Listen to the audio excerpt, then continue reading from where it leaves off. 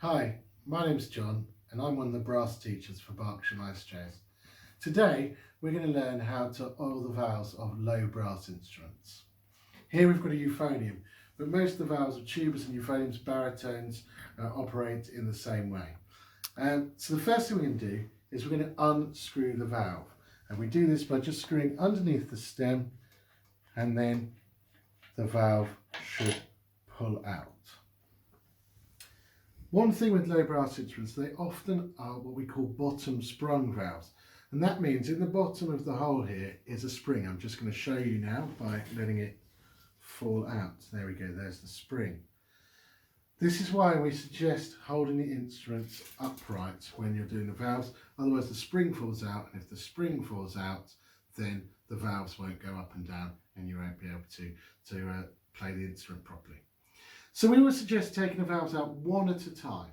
If they go back in the wrong holes, they'll block the airflow and you won't be able to make a sound. So now we've taken the valve out, we're just going to give it a little wipe and just clean off any of the residue on there. If it's particularly dirty, you might want to run it under a tap as well. And then the next thing we're going to do is we're just going to pop the valve back in and give it a little oil. You might need somebody to help you take the lid off the oil. They sometimes have safety caps on them. So we're just going to drop a bit of oil all the way around on the silver bit down here, and we're going to let it run into the valves and coat both sides. Now, before we normally just put it straight back in, but I need to show you how this works.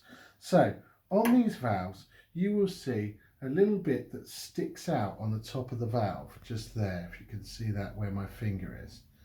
This is going to go into a groove inside the valve casing, which you can probably just see just where my finger is. It'll be very obvious in reality when you're there doing it yourself. And we just need to line those two things up. So we pop the valve in there, having put a bit of oil in it. And to be honest, if you can't see it, it'll just twist and just fall in place. Don't push it too hard.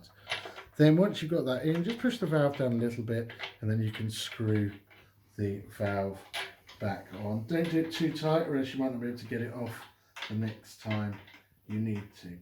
So you can repeat this for all the valves. Most instruments will probably have 3 valves. Some of the more advanced ones may have a 4th valve here.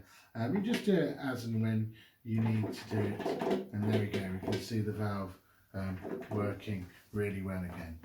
So I hope you've enjoyed this video and found it to be helpful in oiling your valves.